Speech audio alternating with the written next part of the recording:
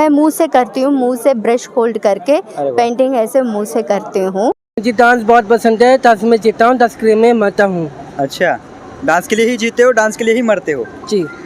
जो अवार्ड मिला इन्हें अभी तक जो है 9 अवार्ड्स मिल चुके हैं, स्टेट्स के भी इन्हें 14 अवार्ड्स मिल चुके हैं।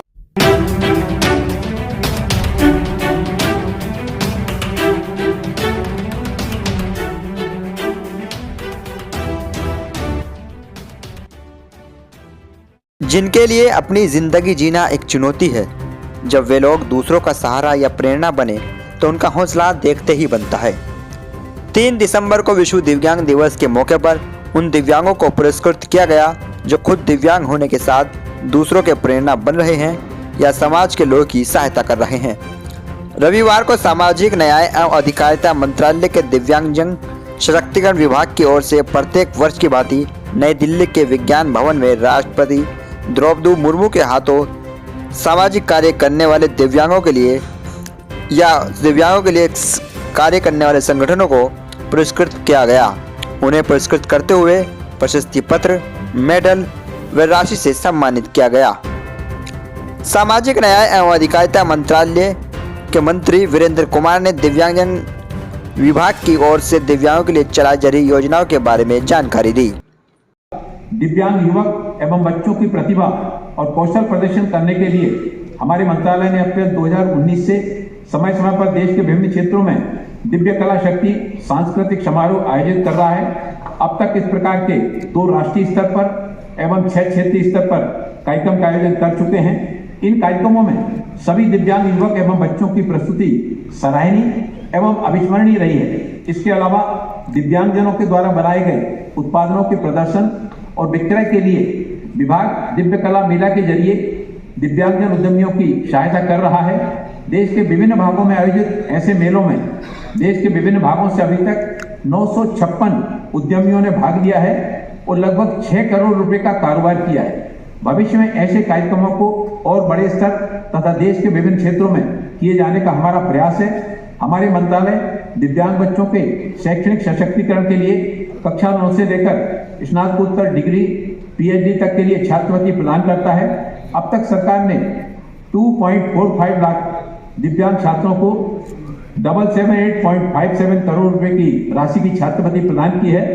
इसके अतिरिक्त सरकार विदेशों में उच्च शिक्षा के लिए पूर्ण आर्थिक सहायता भी प्रदान करती है। राष्ट्रपति द्रौपदी मुर्मू ने दिव्यांगों के कार्यों व उनके हौसलों की प्रशंसा की तथा आगे बढ़ने के लिए उत्साहवर्धन किया। द्रौपदी मुर्मू ने कहा कि मेरे हाथों से दिव्यांगों को अवार्ड देने से दिव्यांगों का नहीं बल्कि उनको देखकर मेरा मनोबल बढ़ता है। राष्ट्रपति ने नए संसद भवन का जिक्र करते हुए कहा कि दिव्यांगों की परेशानी को ध्यान रखते हुए संसद भवन में उनके अनुकूल निर्माण हुआ है। राष्ट्रपति ने चीन में हुए पैरा गेम्स से 111 खिलाड़ियों को पदक लाने पर भी खुशी जाहिर की। यदि आपने अभी तक हमारा चैनल सब्सक्राइब नहीं किया तो कृपया चैनल को सब्सक्राइब करें और आगे दिव्यांगों की पूरी स्टोरी को ध्यान से सुनें।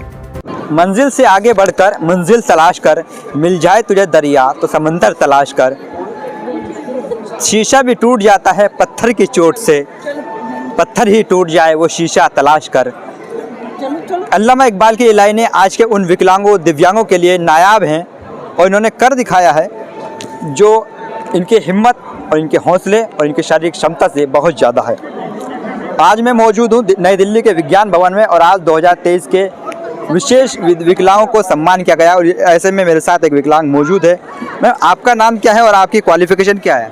Good morning sir, I am Divya Sharma और मैं पंजाब नियानंगल पंजाब इंडिया से हूँ और मैं मास्टर्स इन इंग्लिश हूँ। आपकी डिसेबिलिटी क्या है? I am visually impaired. I have more than 75% of vision impairment. I am a patient of glaucoma. किस फील्ड में आज आपको अवार्ड दिया गया? In the role models raced category. जब आप अकेले इस काम को करती थी तो किस तरह की मुश्किलें आपको आती थी? कुछ लोग ताना देते थे या परिवार का कैसा सहयोग आपको मिलता था?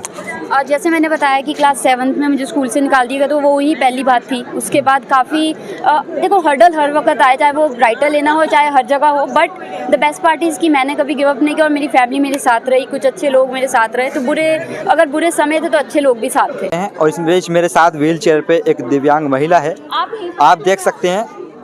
दोनों हाथों से और पैरों से पूरी तरह से विकलांग है। मैम से सीधा बात करते हैं। मैम, आपका नाम क्या है, कितना परसेंट आप विकलांग हैं और कितना पढ़ी हुई हैं? मेरा नाम श्रीलेखा है, मैं हैदराबाद से हूँ और 90% मैं स्पेशली चैलेंज हूँ। जिससे बहुत सारे अपनी ज़रूरत के काम होंगे, उनमें आप दूसरों की हेल्प लेती हो। कितना प्रतिशत आप खुद कर पाती हो, कितना प्रतिशत आप दूसरों पर निर्भर हैं? मैं हर एक काम के लिए दूसरों के ऊपर निर्भर हूँ। मुझे सपोर्ट चाहिए क्योंकि मेरा सारा काम मेरा मामा या नहीं तो मेरी जो कोई अटेंडर है ना वो करती है मेरे काम, और खाली इन वजह से मैं दुखी नहीं हूँ। आज आपको किस फील्ड में अवार्ड मिला है? मैं आर्टिस्ट हूँ, मैं माउथ पेंटिंग आर्टिस्ट हूँ, तो मेरे आर्टिस्ट के ऊपर इन्होंने श्रेष्ठ दिव्यांगजन अवार्ड दिया मुझे। इसके लिए आप कितनी बार अप्लाई किया था? क्या फर्स्ट टाइम किया था, पहले भी किया था? ये मेरा दूसरा बार अप्लाई किया था, पहले बार नहीं आता क्योंकि वो 6 इयर्स बैक था, मगर अब मुझे मिला।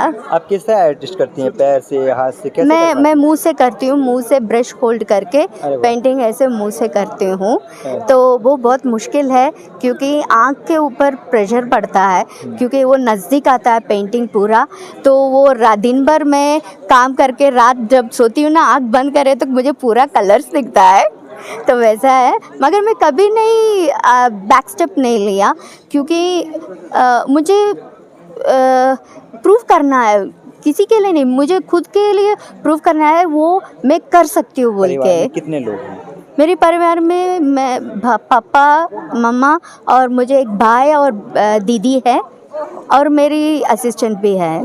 असिस्टेंट भी आप रखती हैं? हाँ, और जो मुझे हेल्प करते मम्मा, क्योंकि कुछ काम मम्मा नहीं कर सकते ना, तो मुझे हेल्प चाहिए, तो इसके लिए उन्होंने एक छोटी बहन जैसा एक लड़की को मेरे पास रखा, तो वो मेरी काम सारा करते, पेंटिंग में हेल्प करते, ब्रश मुंह में रखने के लिए हेल्प करते, तो वो लड़की बहन जैसे है।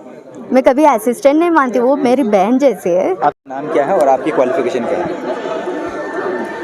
मेरा नाम पूनम है, मैं हरियाणा से हिसार से बिलोंग करती हूँ। मैं एक गांव से हूँ, राजली गांव से हूँ।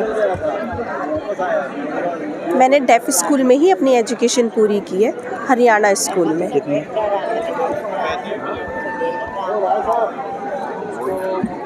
12th पास, और मैं DTISL का कोर्स जो RCI से रिकॉग्नाइज है वो कंप्लीट कर चुकी हूँ और अभी मेरी BA चल रही है। सांकेतिक भाषा कैसे सीखी और कैसे पता चला?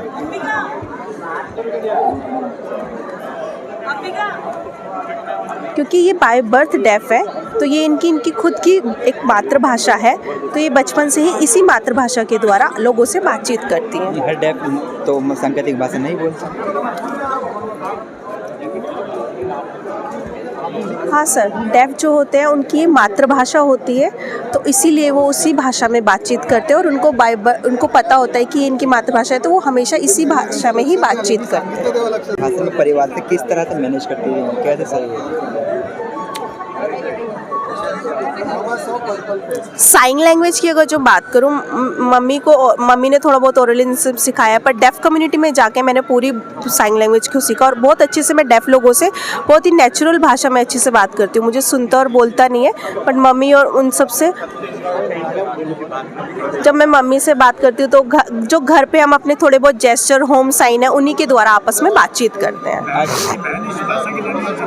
पर इनकी जो सिस्टर है वो ये वाली सांकेतिक भाषा को जानती है। इनकी छोटी जो बहन है वो कोर्स कर रही है ये वाला। आज किस कैटेगरी के लिए अवार्ड मिला?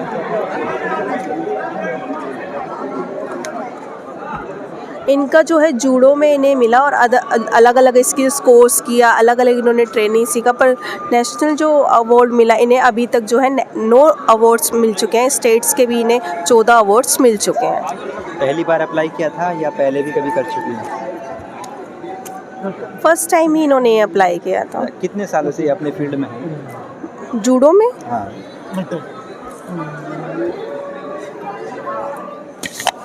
कोई नहीं। 2016 से शुरू किया था, अभी तक कंटिन्यू कर रहे हैं। आज अवार्ड मिलके कैसे खुशी हो रही है? मुझे, मैं बता नहीं सकती, मुझे बहुत ज़्यादा खुशी हो रही है, मैंने अपना अचीव मिला। बट बच्चों को अगर जो देखेंगे, डेफ बच्चे जो भी देखेंगे वो देखेंगे अरे डेफ भी ये सब कर सकता है, बधिर व्यक्ति ये सब कर सकता है। रोल मॉडल मैं बनूंगी उन लोगों के लिए, और मेरे मम्मी पापा का इसमें बहुत बड़ा योगदान है, उन्होंने मुझे हमेशा ही सपोर्ट किया है। मैम, आपका नाम क्या है, आप कहाँ से हैं और कितनी क्वालिफिकेशन है? मैं सर, मेरा नाम सुनीता गुप्ता, दौसा राजस्थान से हूँ, और क्वालिफिकेशन 10th है, 10वीं पास हूँ। क्या डिसेबिलिटी है आपकी और कितना परसेंट है? 75%।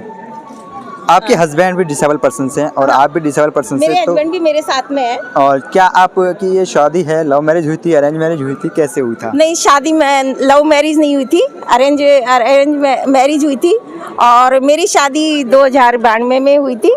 उसके बाद में आर्टिफिशियल ज्वेलरी का काम स्टार्ट किया था मैंने। आज आपको किस कैटेगरी में अवार्ड मिला है? आज सूक्ष्म लघु उद्योग में मुझे वो दिव्यांग शक्ति सामाजिक सर्वश्रेष्ठ दिव्यांग श्रेणी में मिला है। सामाजिक न्याय अधिकारिता मंत्रालय भारत सरकार के द्वारा मुझे सर्वश्रेष्ठ दिव्यांग श्रेणी में चुना गया है। जो आपने ये अपना उद्योग किया है, इसमें सरकार ने किस तरह का सहयोग किया आपके साथ? मुझे हमेशा मैंने जैसे ऋण लेती थी और समय समय पे उसको चुकाती थी, और दिव्यांग भाई बहनों को भी सामाजिक का जो आर्टिफिशियल ज्वेलरी का कार्य है जो मैं सिखाती रहती थी, और ये प्रेरणा देती थी कि हमेशा आगे बढ़ना चाहिए। और मुझे 2022 में मैन्युफैक्चरिंग में सूक्ष्म लघु उद्योग में विज्ञान भवन में माननीय प्रधानमंत्री जी से अवार्ड मिला था। जो ये लोन देने की प्रक्रिया है, क्या आपके साथ बहुत ही सरलतापूर्वक हुई या बहुत हार्ड हुई? नहीं, मेरे साथ सबके साथ ही सरलतापूर्वक हुई थी, कोई परेशानी नहीं होती। अच्छा, तो लोन से आपको काफ़ी फ़ायदा मिला? हाँ, काफ़ी फ़ायदा मिला, और अपने देश विदेश में भी मैंने जाके लगाया। और जो सामाजिक न्याय अधिकारिता मंत्रालय भारत सरकार के द्वारा दिव्य कला मेला में ये योजना चलाई गई है, जो माननीय प्रधानमंत्री जी ने एक दिव्यांगों के लिए ये बहुत अच्छा प्लेटफार्म किया गया है कि अपनी बनाई हुई चीज़ों को एक सूक्ष्म लघु उद्योग से 50,000 का लोन ले सकते हैं या 1 लाख का लोन ले सकते हैं, उसको अपना बना के। और जैसे दिव्य कला मेला लगाया जाता है अभी जगह जगह, बेंगलोर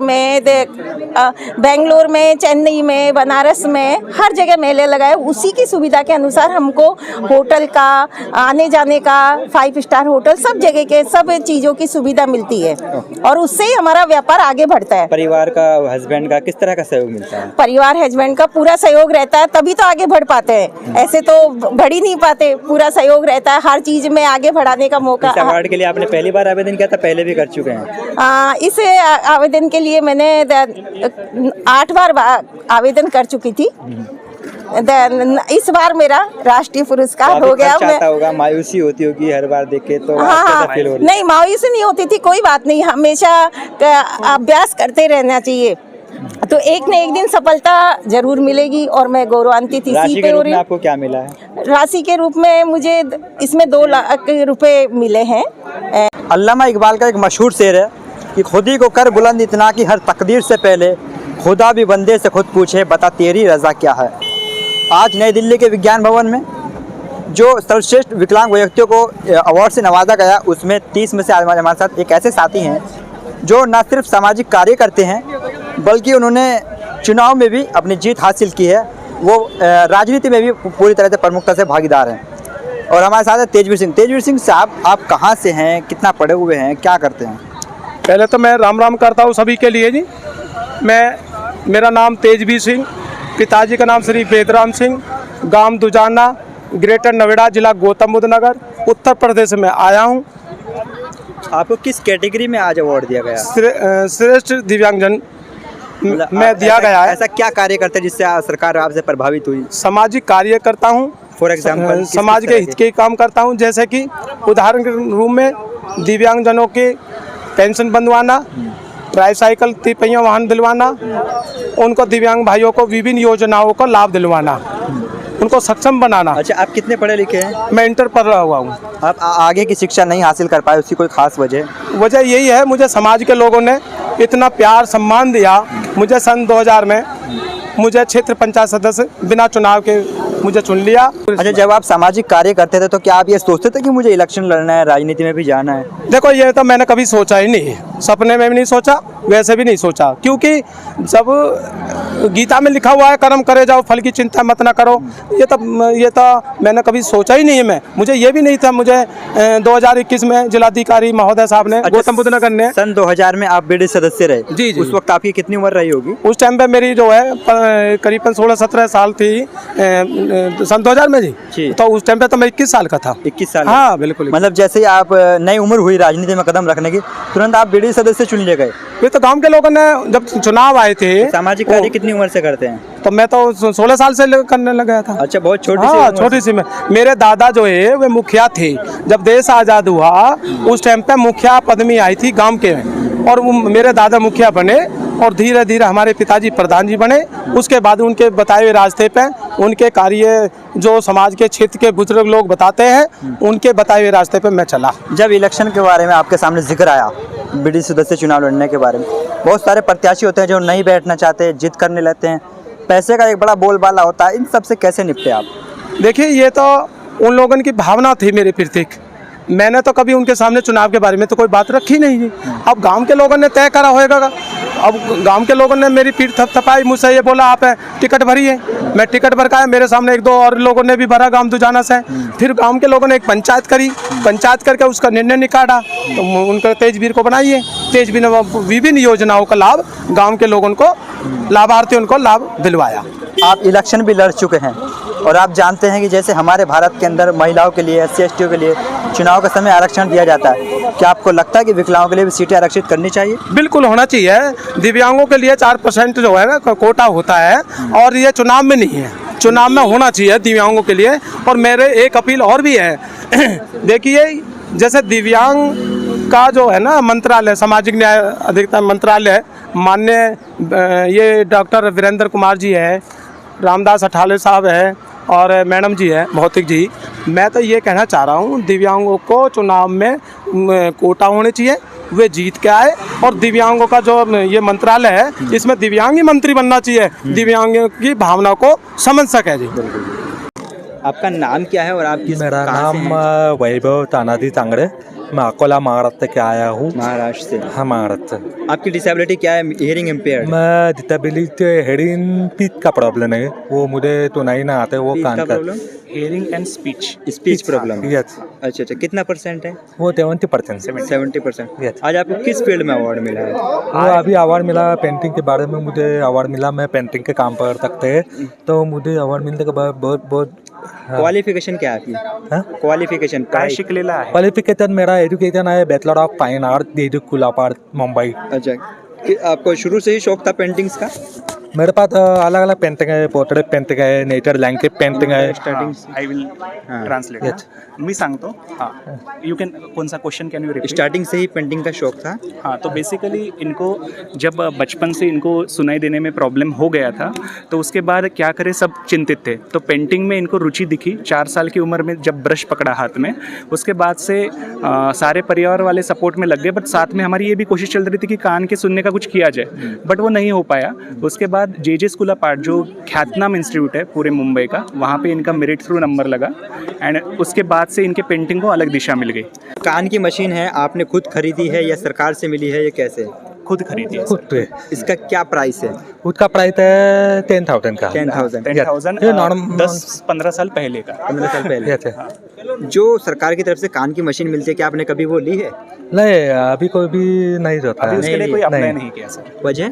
जब सरकार दे रही है तो आपने उसका लाभ क्यों नहीं लिया है? हाँ हाँ। क्या मुझे उसकी क्वालिटी इससे लो है, ये कैसा फील करते हैं आप?